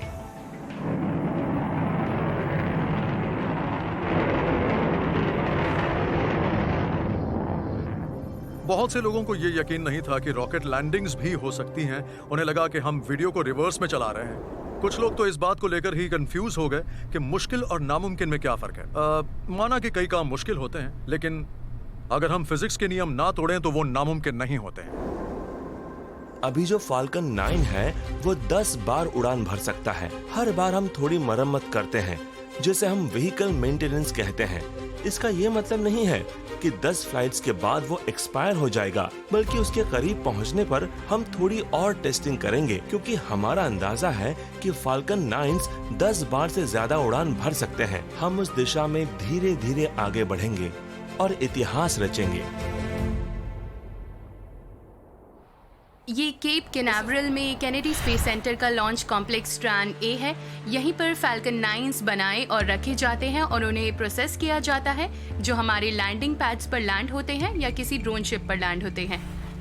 रॉकेट को रिफर्बिश करने के लिए उसे हैंगर में लाया जाता है और हम उसे प्रोसेसिंग रिंग्स में लोड करते हैं और कुछ ही हफ्तों में उसे प्रोसेस कर लिया जाता है। स्पेस एक्सप्लोरेशन के लिए रीयूजेबिलिटी बहुत अहम है। इससे पैसे बचते हैं और दूसरा समय भी बचता है। अगर हर बार हमें एक नया व्हीकल बनाना पड़े तो एक नया रॉकेट बनने तक हमें काफी लंबा इंतजार करना पड़ेगा। लेकिन अब हम रॉकेट्स उड़ाते हैं, उनका दोबारा इस्तेमाल करते हैं। इस वजह से हम स्पेस में हर हफ्ते जा सकते हैं, इंतजार नहीं करना पड़ेगा। हमारा मकसद है जीरो रिफर्बिशमेंट। हम रॉकेट को लैंड करें और उन्हें फिर से डेली बेसिस पर एयरप्लेन्स की तरह रीलॉन्च कर दें। स्पेसएक्स को इस बात पर नाज है और हम इसी की बदौलत अब आगे मार्स पर भी पहुंचना चाहते हैं। सिर्फ स्टेजेस ही समंदर में क्रैश होते हैं। हम हार्डवेयर को रिकवर नहीं कर सकते, इसलिए पता नहीं लगता कि असली चूक कहाँ हुई। लेकिन जब हमारा व्हीकल वापस आता है तब हम उसे एग्जामिन कर सकते हैं और फिजिकली देख सकते हैं कि क्या उसमें कोई बर्न हुआ था या हमसे किसी तरह की चूक हो गई थी, और फिर हम डिजाइन में फेरबदल कर सकते हैं। हाँ, जब हम एक ही का इस्तेमाल दूसरी, तीसरी, चौथी, पांचवी बार करते हैं तब इंश्योरेंस रेट्स नीचे जाते हैं, बढ़ते नहीं है। हाँ, ये बात तो सही है। हाँ। इंश्योरेंस कंपनीज बहुत चालाक होती हैं, वो अपना नुकसान नहीं करना चाहती। हाँ। जब हम फर्स्ट फ्लाइट कर लेते हैं, हम ये जानते हैं कि हम जिस एयरप्लेन पर हैं वो कई बार उड़ चुका है और हम उसमें बैठने वाली पहली सवारी नहीं है। कमर्शियल इंश्योरेंस रेट एक रॉकेट की रिलायबिलिटी का बेस्ट इंडिकेटर है। हाँ। और हमें दुनिया में सबसे अच्छे इंश्योरेंस रेट्स मिल रहे हैं। मुझे नहीं पता था। सबसे बड़ी बात यह है कि ये एक फुल्ली रीयूजेबल ऑर्बिटल सिस्टम है। ये इसकी सबसे बड़ी खूबी है, जैसे कि कोई कार या कोई एयरक्राफ्ट जिसे आप फिर से इस्तेमाल कर सकें। इसकी अहमियत तो अभी भी बहुत सारे लोग समझ नहीं पाते। ये एक fully flight fully functional suit है। मैंने ऐसा सूट आज से करीब 4 साल पहले पहना था, ये देखने के लिए कि सूट काम करता है या नहीं, लेकिन वो बेकार था। इस सूट पर पिछले 5 साल से काम चल रहा है। हमें इस दौरान बॉब और डग के साथ काम करने का मौका मिला। इस तरह के सूट्स बनाना आसान नहीं होता। अच्छा? बहुत मुश्किल काम है। ओके। इसमें तो कोई शक नहीं है। एक स्पेस सूट बनाना काफी मुश्किल है। एस्ट्रोनॉट्स भी एक ग्रुप के रूप में शुरुआत से ही हमारे डिजाइन प्रोसेस, टेस्ट और ट्रेनिंग प्रोसेस का हिस्सा रहे हैं। तो अहम बात यह है कि जब तक स्पेसक्राफ्ट प्रेशराइज रहेगा ये भी इन्फ्लेट नहीं होगा, है ना? जी हाँ। ये डिप्रेशराइज्ड होगा। जैसे ही प्रेशराइजेशन कम होगा ये इन्फ्लेट हो जाएगा। हाँ जी, मगर डिफ्लेट होने के बाद ये अजीब लगता है। बहुत ही ज्यादा अजीब लगता है। एक एस्ट्रोनॉट के तौर पर हम जो स्पेस सूट पहनते हैं उनका डिजाइन बड़ा ही स्पेसिफिक होता है और वो उसी पर काम करते हैं, लेकिन ड्रैगन स्पेस सूट हमें डिप्रेशराइजेशन से बचाता है और इसकी एक खूबी ये भी है कि आग के साथ धुआं निकलता है, हमें सांस लेने में जरूरत महसूस होती है, तो ये काम आता है। ये स्पेस सूट स्पेस वॉक्स के लिए नहीं है, हम इसे पहनकर कई काम नहीं कर सकते, लेकिन ये हमें तब सुरक्षित रखेगा जब कैप्सूल के एटमॉस्फेयर में अचानक कोई बदलाव आता है, तब ये कैप्सूल बन जाता है और इसे पहनकर हम हाइबरनेट कर सकते हैं मिशन में। सरवाइव करने और अपना काम पूरा करने का मौका मिलेगा। अगर व्हीकल में लीक जैसी कोई घटना होती है या कुछ ऐसा होता है जो एयरप्लेन में होता है, तब उस तरह की किसी अनचाही घटना के समय जैसे कि ड्रैगन में लीक हो जाए, तब हमारे पास एक और ऑप्शन होता है और हम उस लीक को बंद कर सकते हैं। अगर लीकेज बहुत ज्यादा है तो मतलब वो किसी मिटियोर से टकरा है जो बहुत बुरा हो सकता है, पर अगर लीकेज ज्यादा नहीं है, बहुत मामूली है, तो उसे बंद कर सकते हैं। अच्छा, प्रेशराइज्ड होने के बाद हम ज्यादा कुछ नहीं कर सकते क्योंकि ये बहुत रिजिड है। बहुत रिजिड है और हिलना मुश्किल होगा। हाँ, ठीक है। प्रेशराइज्ड सूट में भी आप मूव तो कर सकते हैं, बस आपको थोड़ा जोर लगाना पड़ता है। थकान होगी। हाँ, थक जी हाँ। प्रेशर सूट्स थोड़े भारी होते हैं, मगर ये प्रेशर सूट्स ज्यादा कंफर्टेबल और काफी हल्के होते हैं। इन्हें उन ACA सूट्स के मुकाबले पहनना आसान होता है जो हम शटल में पहनते थे। उन सूट्स में काफी परेशानी होती थी। और ये एक सिंगल पीस सूट है, इसमें सब कुछ अटैच्ड है, ग्लव्स, हेलमेट्स, बूट्स। हमने इसे बिल्कुल सिंपल रखने की कोशिश की है। इसमें कई नई चीजें हैं, जैसे लोगों का ध्यान सबसे पहले हेलमेट पर जाएगा। ये हेलमेट 3D प्रिंटेड है जो कि काफी फ्लेक्सिबल है और इस वजह से इस हेलमेट के अंदर कई अलग फीचर्स बना पाए हैं हम। कई दूसरी चीजें भी डाली हैं। हमने इस सूट के लिए अलग अलग मटेरियल्स भी इस्तेमाल किए हैं। इसके आउटर मटेरियल्स फ्लेम रेजिस्टेंस हैं, यानी ये प्राइमरीली BTFE या टेफ्लॉन फैब्रिक हैं और ग्रे वाले नॉमेक्स मटेरियल हैं। जहाँ तक स्पेस सूट की डिजाइनिंग की बात है तो हमें मेडिकल साइड से भी कई बातों का ध्यान रखना पड़ता है। देखना पड़ता है कि सूट के अंदर के CO2 लेवल्स कितने हैं, सूट के अंदर ऑक्सीजन कैसे पहुंचा सकते हैं और कैसे उसे ठंडा रख सकते हैं। ये एरिया क्रू को ठंडा रखने के लिए लगातार स्टीयर करता है। आप देखिए यहाँ पर ट्यूब का एक नेटवर्क है। ये ट्यूब पैरों तक गई हैं, कलाइयों तक भी है, फिर गर्दन तक भी। इससे काफी ठंडक मिलती है। हमने मेडिकल साइड का भी ध्यान रखा है ताकि इसे पहनने वाला इंसान कंफर्टेबल और हेल्दी रहे। क्रिस की इंजीनियरिंग टीम इस बात का ध्यान रखती है कि वो कुछ ऐसा बनाए जो यूनिक हो और अपना काम भी बहुत ही शानदार तरीके से करे। बढ़िया, बहुत बहुत शुक्रिया दोस्तों। नासा के एस्ट्रोनॉट्स को भेजने से पहले टीम SpaceX को एक और क्रिटिकल टेस्ट पास करना होगा। फ्लाइट के दौरान रॉकेट में विस्फोट हुआ तो क्या होगा? ओह, ये क्या हुआ? क्रू की सुरक्षा के लिए एक प्लान है। 3, SpaceX को 2, अब साबित करना है 1, कि वो काम करता है। लॉन्च।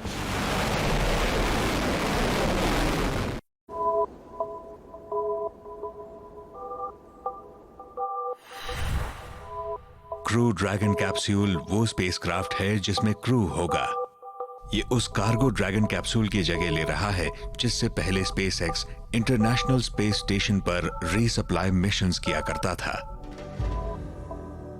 ड्रैगन स्पेसक्राफ्ट का इस्तेमाल अब एस्ट्रोनॉट्स को स्पेस स्टेशन तक ले जाने और लाने में किया जाएगा। ये 21st सेंचुरी का स्पेसशिप है। पहली बार क्रू ड्रैगन के अंदर जाकर मुझे कैसा लगा? मैं दंग रह गया। ये वाकई एक मॉडर्न स्पेस व्हीकल है। अंदर से बड़ा ही स्लीक है, बेहद कंफर्टेबल। इसकी सीट्स भी कार रेसिंग सीट्स हैं, इसलिए काफी सुरक्षित हैं। हमारा क्रू ड्रैगन पहले भी स्पेस स्टेशन पर जाकर लौट चुका है और अब हमने इसमें काफी इंप्रूवमेंट्स किए हैं, लेकिन अब हमने सेफ्टी का ज्यादा ध्यान रखने की कोशिश की है। स्पेस सूट पहनकर एक्यूरेट कैप्सूल में ट्रेनिंग करना बड़ा ही अलग एक्सपीरियंस होता है।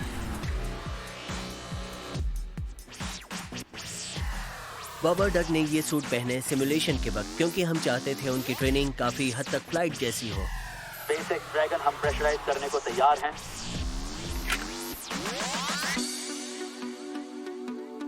जब हमारे पास सारे इक्विपमेंट होते हैं तब हम उस सिचुएशन में ज्यादा कंफर्टेबल होते हैं और हम इनमें जितनी ज्यादा ट्रेनिंग करेंगे उड़ान के दिन हमारे लिए उतना ही अच्छा होगा।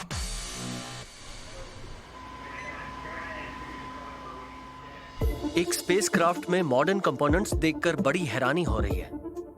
हमें शटल की आदत है जिसमें 2000 स्विचेस, सर्किट ब्रेकर्स, सीट्स वगैरह होती थी। इस काम के लिए ये बहुत कंफर्टेबल व्हीकल नहीं है। जिन लोगों ने हमारी तरह 60s से अभी तक उन स्विचेस को देखा है, उन्हें अब ये मॉडर्न इंटरफेस देखकर बड़ी हैरानी होती है। स्पेसएक्स ड्रैगन, इसमें 2 अच्छे LEDs हैं। Copy all dragon. हमने एक सबसे बड़ा इनोवेशन ये किया है कि हमने इसके अंदर 2 बेहतरीन टच स्क्रीन्स लगाए हैं जिनके ऊपर आप देख सकते हैं कि व्हीकल के अंदर क्या चल रहा है। आपको व्हीकल के बारे में हर जरूरी डेटा मिलेगा और इन टच स्क्रीन्स की मदद से व्हीकल को कंट्रोल भी कर सकते हैं। ये ग्लव्स टच स्क्रीन पर काम करते हैं क्योंकि कई काम आपको ग्लव्स पहनकर ही करने पड़ेंगे। एस्ट्रोनॉट, अपडेट हो गया है। ड्रैगन कैप्सूल तकरीबन पूरी तरह से ऑटोमेटेड है, इसलिए सब कुछ ठीक रहा तो ये पूरी फ्लाइट हमारे दखल के बिना भी उड़ सकती है। मेरे ख्याल से ये इन व्हीकल्स का फ्यूचर है। आज हम इस तरह की कार्स और एरोप्लेन्स तो देख ही रहे हैं, ये भी अगला लॉजिकल स्टेप होगा। आपको अपने ड्रैगन लॉन्गिट्यूड पर ध्यान रखना होगा, तभी आपको सेपरेशन प्रेप का पता लग पाएगा।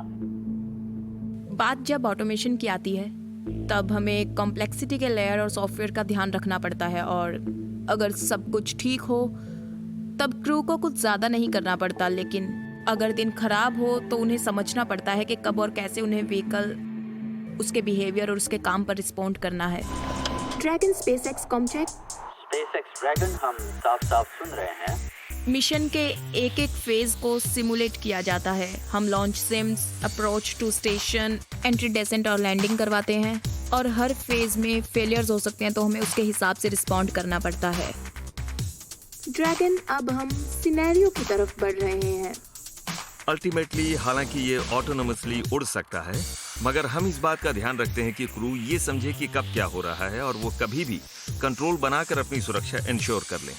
अगर हमें लगता है कि ऑटोमेशन पर चीजें उस तरह से नहीं हो रही जैसे होनी चाहिए तो हम मैन्युअली इंटरवीन कर सकते हैं। Dragon SpaceX wifi computer. नहीं, कुछ नहीं दिख रहा। एस्ट्रोनॉट, आज एस्ट्रोनॉट्स उस सिनेरियो की ट्रेनिंग कर रहे हैं जब फ्लाइट कंप्यूटर्स फेल हो जाएं। क्योंकि ड्रैगन क्रू कैप्सूल पूरी तरह ऑटोमेटेड है, इसीलिए ये हर काम के लिए कंप्यूटर्स पर निर्भर करता है। अगर ये कंप्यूटर खराब हो गए तो अंतरिक्ष यात्रियों के लिए खतरा बढ़ जाता है।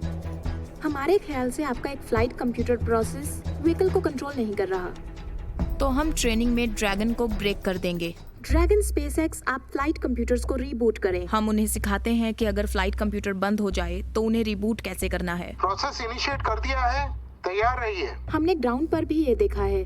थैंक्स। सिमुलेशंस के दौरान कई तरह के एनामलीज, माल फंक्शंस होते हैं। सारा और कई दूसरे सिमुलेशन सुपरवाइजर्स ऐसे ही मौकों की ताक में रहते हैं। नहीं, ये ठीक से काम नहीं कर रहा है। हम उनके रूट कॉज का पता लगा रहे हैं। Dragon copy. एक क्रू के तौर पर ये न सिर्फ मेरे और बॉब के लिए अच्छा है बल्कि ग्राउंड टीम के लिए भी अच्छा है। इनसे उस टीम को भी कई मुश्किलों का पता लगता है। फ्लाइट कंप्यूटर ट्रांजिशन अब। फ्लाइट कंप्यूटर का ट्रांजिशन अब। ये बड़ी अच्छी खबर है। Dog Hurley. Victory.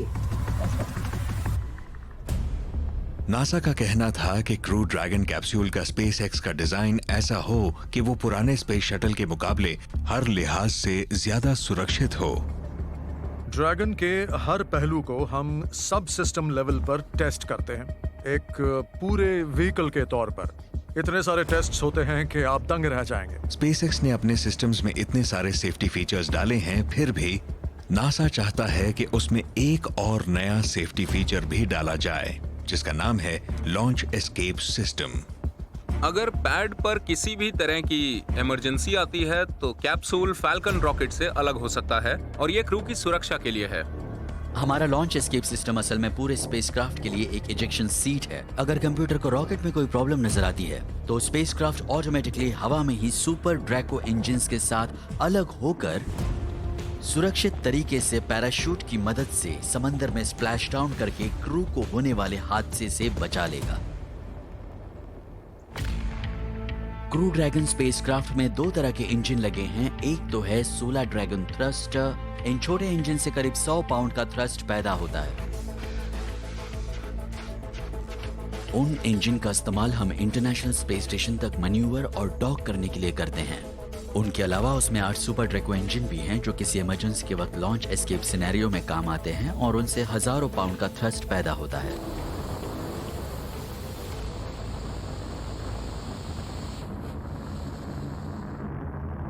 Crew dragon अपने कुछ कंपोनेंट बनाने के लिए 3D प्रिंटिंग का इस्तेमाल करता है। एक 3D प्रिंटर मेटल पाउडर के लेयर बनाता है और जैसे जैसे एक एक लेयर बनती जाती है ये उन्हें मेल्ट भी करता जाता है और फिर एक एक करके वो मनचाही शेप तैयार हो जाती है। ये तब बहुत कारगर होता है जब इंजन जैसी कोई चीज प्रिंट करते हैं क्योंकि उसमें कई सारे फ्लूइड पैसेज होते हैं। उसे एक दिलचस्प ऑर्गेनिक शेप देना पड़ता है। हम उसे एक एक लेयर के साथ मेल्ट करते जाते हैं, इसलिए हम हॉलो पार्ट बना सकते हैं, इंटरेस्टिंग शेप दे सकते हैं जो दूसरे तरीकों से मुमकिन नहीं है।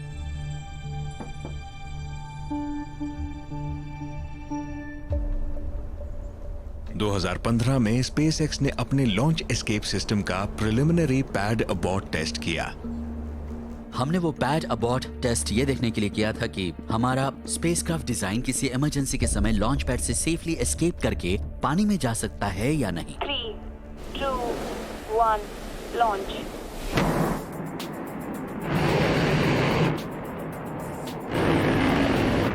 एस्केप के दौरान 4 से 6 G's की फोर्स पैदा होती है जो कि अलग अलग वेरिएबल्स और सिचुएशन पर डिपेंड करती है। वैसे रोलर कोस्टर में 3 G's से भी कम लगता है। नीचे आ रहे हैं। Trunk deploy. एक और trunk. Passing through 600 metres. Pad abort test तो आगे आने वाली एक और बड़ी चुनौती इन फ्लाइट अबॉर्ट टेस्ट का ओरिजिनेटर भर था। इन फ्लाइट अबॉर्ट भी ऐसा ही एक टेस्ट है, लेकिन उसमें हालात अलग होते हैं। उसमें लॉन्च पैड पर रॉकेट से सेपरेशन नहीं होता, बल्कि इन फ्लाइट अबॉर्ट टेस्ट में रॉकेट से उस वक्त सेपरेशन होता है जब वो एटमॉस्फेयर में उड़ रहा हो। इन फ्लाइट अबॉर्ट टेस्ट में ये पता लगेगा कि अगर उस वक्त रॉकेट में कोई प्रॉब्लम आती है तो कैप्सूल किसी तरह से रॉकेट से इजेक्ट होकर क्रू को सुरक्षित पानी में लाता है।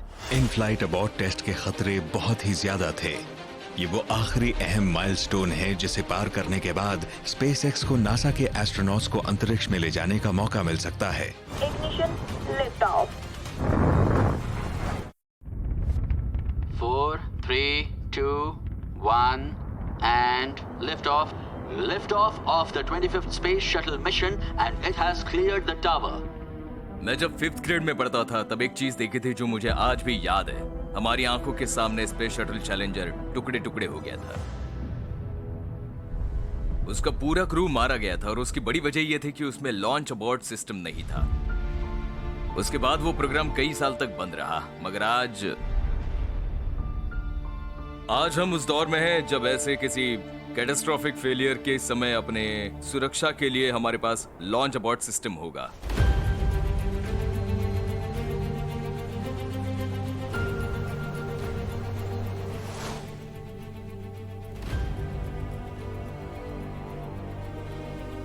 ये डेमोन्स्ट्रेशन मिशन है स्पेसएक्स का, जिससे पता लगेगा कि हम अपने कैप्सूल को फैल्कन 9 से सेफली और रिलायबली इजेक्ट कर सकते हैं। हमारे लिए ये टेस्ट बहुत जरूरी है। ये नासा के साथ हमारी कई साल की क्लोज पार्टनरशिप का नतीजा है और ये हमारे अगले डेमोन्स्ट्रेशन 2 मिशन के पहले का एक बड़ा अहम कदम है, क्योंकि उस मिशन में बॉब और डर्क स्पेस स्टेशन पर जाएंगे। स्पेसएक्स को इस अहम इन फ्लाइट अबॉर्ट टेस्ट में पास होना है, तभी नासा इन्हें एस्ट्रोनॉट्स ले जाने का मौका देगा। जल्द ही इंसान की जान दांव पर होगी, तो अभी से हर सावधानी बरती जा रही है। प्लान ये है कि ड्रैगन हमारे रॉकेट के ऊपर होगा और रॉकेट टेक ऑफ करेगा। लॉन्च के 84 सेकंड बाद हम लॉन्च एस्केप सिस्टम चला देंगे और ड्रैगन हमारे कैप्सूल को फैल्कन से सेफली निकाल लाएगा। उस वक्त ड्रैगन की स्पीड मार्क 2.3 के करीब होगी। इसके बाद वो करीब 40 किलोमीटर ऊपर मौजूद शिरोबिंदु से टकराएगा। उसका ट्रंक उससे टकराएगा और वो ड्रैको इंजिन्स की मदद से खुद को रीओरिएंट करेगा और फिर नीचे आना शुरू करेगा। लॉन्च के करीब 5 मिनट बाद पैराशूट्स डिप्लॉय होंगे और लॉन्च के करीब 10 मिनट बाद स्प्लैश डाउन होगा। ड्रैगन रिकवरी फोर्सेस भी वहां होंगी। मैं एक और बात कहना चाहता हूँ, ये काफी एक्साइटिंग भी है। फैल्कन पहले भी 3 बार उड़ चुका है और ये कमर्शियल ग्रुप प्रोग्राम के इस टेस्ट के लिए फिर से उड़ने वाला है। हमारे पीछे जो बूस्टर है या जो फैल्कन 9 है वही हमारे इन फ्लाइट अबॉर्ट के लिए उड़ने वाला है और ये इसकी चौथी फ्लाइट होगी। मेरी जानकारी के हिसाब से ये इन फ्लाइट अबॉर्ट टेस्ट पहला full scale launch escape system safety test है। पहले भी कई क्रू प्रोग्राम्स हुए हैं पर वो सब स्केल टेस्टिंग थे। कोई एक रॉकेट लेकर उसे इंटेंशनली नष्ट किया जा रहा है। वो क्रू को सुरक्षित रखेगा और उम्मीद के मुताबिक काम करेगा। इस इन फ्लाइट अबॉर्ट टेस्ट पर सबसे बड़ा खर्चा तो है कई लाख डॉलर के रॉकेट का, जिसे इस टेस्ट के लिए जानबूझकर नष्ट किया जाएगा। हाय, मैं वॉशिंगटन पोस्ट से क्रिस डेवनपोर्ट। मेरा एक सवाल है जो ये है कि आपके बूस्टर्स का क्या होगा? आपने बताया कि वो गिर सकता है, नष्ट हो सकता है, आग भी लग सकती है। तो क्या ऐसा हो सकता है कि लोगों की नजरों के सामने उसमें विस्फोट हो जाए? क्या लोगों को इस बात के लिए तैयार रहना होगा? हाँ बिल्कुल क्रिस, दोनों स्टेजेस में फ्यूल भरा होगा। हम तो यही उम्मीद कर रहे हैं कि शायद इग्निशन हो और आग का एक गोला बने और हम उसे विस्फोट भी कह सकते हैं, और वो हमें पृथ्वी से नजर आएगा या नहीं ये नहीं जानता। हम सब देखना चाहते हैं कि होता क्या है, और अगर वाकई ऐसा कुछ हुआ तो मुझे हैरानी नहीं होगी और वो हमारे लिए अच्छा होगा। हर कोई यही चाहता है कि अबॉर्ट इंजन में आग ना लगे। कोई नहीं चाहता कि कभी ऐसा हो, क्योंकि इसका मतलब होगा कि कोई बहुत बड़ी दुर्घटना हुई है। वो एक इमरजेंसी सिचुएशन होती है। हालांकि ऐसा हो सकता है। हाल ही में नासा एस्ट्रोनॉट निक हेग एक रशियन सोयूज पर जा रहे थे, तभी रॉकेट में कोई प्रॉब्लम आ गई। सोयूज स्पेसक्राफ्ट का इमरजेंसी अबॉर्ट सिस्टम चल पड़ा और उन्हें सुरक्षित ले आया। हालांकि वो बड़ा ही मुश्किल सफर था और उन्होंने 7 Gs यानी 7 गुना ज्यादा ग्रेविटी महसूस की थी। वो कोई कंफर्टेबल एक्सपीरियंस नहीं था, लेकिन वो जिंदा थे और सुरक्षित लैंड कर गए थे। मतलब उस अबॉर्ट सिस्टम ने उनकी जान बचा ली थी।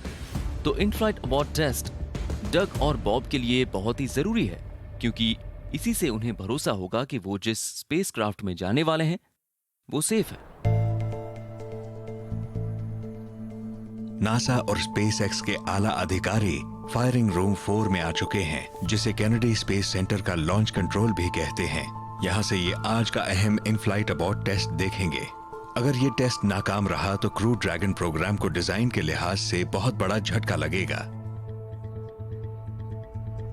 मुझे आने में देर तो नहीं हुई? हेलो, कैसे हैं? हम पूरी कोशिश कर रहे हैं कि ये मिशन ज्यादा से ज्यादा रिलायबल हो। हमने कोई कसर नहीं छोड़ी है। हम हर चीज की 3-3 या 4-4 बार जांच कर रहे हैं ताकि कामयाबी की संभावना 100% हो।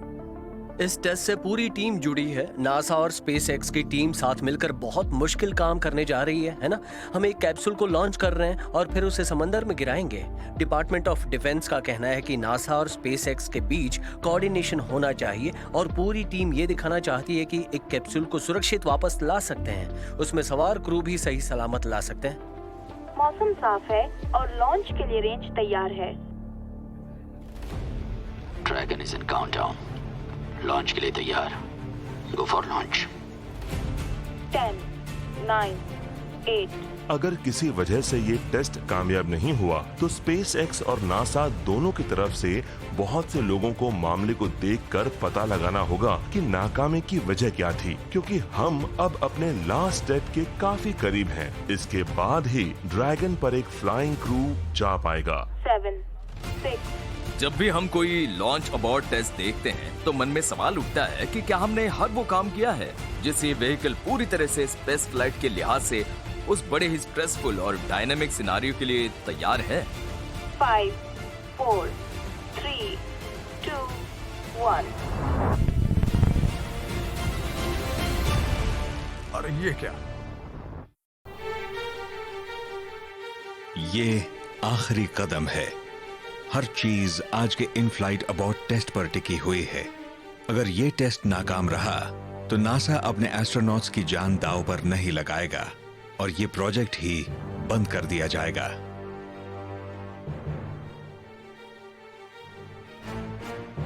10, 9, 8, 7, 6, 5, 4, 3, 2, 1, 0.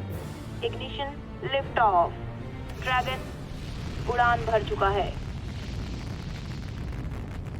इस जान बचाने वाली कैप्सूल इजेक्शन सिस्टम को बनाने में कई साल खर्च हुए हैं, मगर ये टेस्ट कुछ ही मिनटों में पूरा हो जाएगा।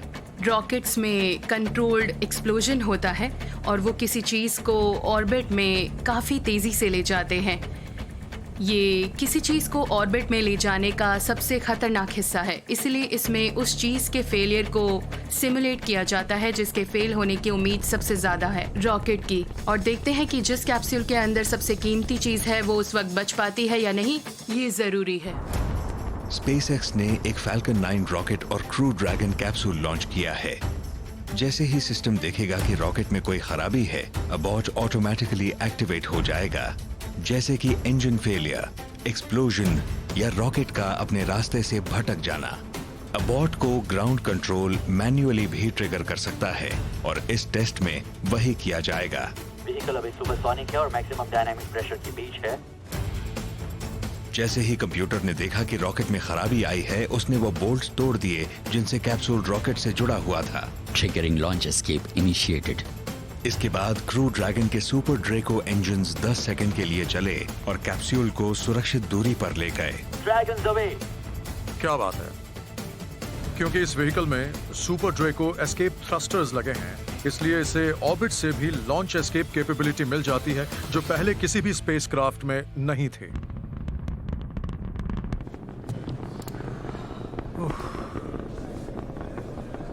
नहीं है, दाईं तरफ नहीं है। ओहो, हाँ यही तो। टुकड़े टुकड़े हो गए। ग्राउंड कंट्रोल ने जैसे ही अबॉर्ट का बटन दबाया, उसके 10 सेकंड बाद क्रू ड्रैगन कैप्सूल निकल गया और इजेक्शन की फोर्स इतनी ज्यादा थी कि रॉकेट लड़खड़ा गया और उसमें विस्फोट हो गया। मगर तब तक ड्रैगन कैप्सूल रॉकेट से काफी दूर जा चुका था। ड्रैगन के सुरक्षित निकल जाने के बाद वो ट्रंक जिसमें अनप्रेशराइज्ड कार्गो रखा जाता है इजेक्ट हुआ। अब ये समंदर में क्रैश कर जाएगा। अब ये कैप्सूल खुद को स्प्लैश डाउन के लिए रीओरिएंट करेगा। हालांकि मिशन अभी पूरा नहीं हुआ है। कैप्सूल अभी माक 2 की टॉप स्पीड पकड़ेगा। एस्ट्रोनॉट्स की सुरक्षा के लिए ये आखिरी फेज बेहद अहम है। जब कैप्सूल सही ऊंचाई पर पहुंचा तब पैराशूट भी डिप्लॉय हो गए। सही ऊंचाई पर ड्रोग पैराशूट भी डिप्लॉय हो जाएंगे। जब वो और नीचे जाएंगे तब मेन पैराशूट भी डिप्लॉय हो जाएंगे। क्या बात है,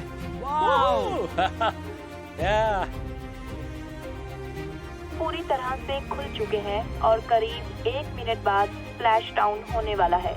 हाँ वो नीचे आ रहा है। अच्छा लग रहा है। बिल्कुल सही है।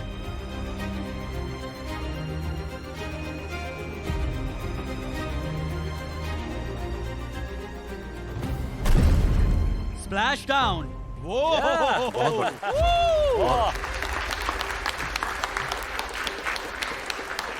जब सब कुछ शुरुआत से अंत तक अच्छी तरह से हो गया तब हमारी जान में जान आ गई। मैं जानता हूँ कि दोनों टीम्स अभी इमोशंस से भरी हैं और हम सब इसे देखकर बड़े एक्साइटेड हैं। हम दूसरे प्लैनेट्स तक मास ट्रांजिट सिस्टम बनाने के जिस रास्ते पर चले हैं उसके ऊपर ये सिर्फ एक कदम है। सब ठीक है ना? जी बिल्कुल ठीक है। बढ़िया।